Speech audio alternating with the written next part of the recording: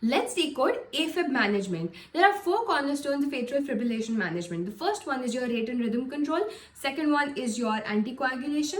Third is lifestyle modifications and treating any underlying or precipitating cause. And the fourth one is patient education, because this is a condition that may stay with the patient for a long time. So the patient needs to be educated. Now let's talk about the first one, rate and rhythm control.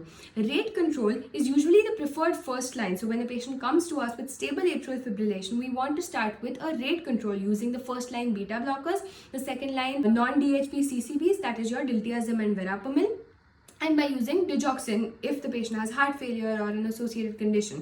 So these are your options for rate control. If rate control doesn't work, and sometimes in structural heart diseases we can use rhythm control.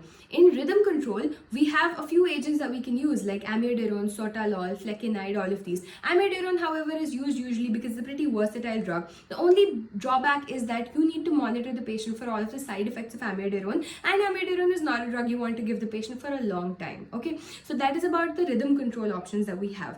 Sometimes the patient has refractory AFib, so neither rate control nor rhythm control, neither of them work in the patient, and so they might have to go for an electrophysiology intervention called catheter ablation, which goes to the foci of the arrhythmia and it ablates it. One thing to note, however, for you and for the patient is that this catheter ablation may not be a permanent reversal as well.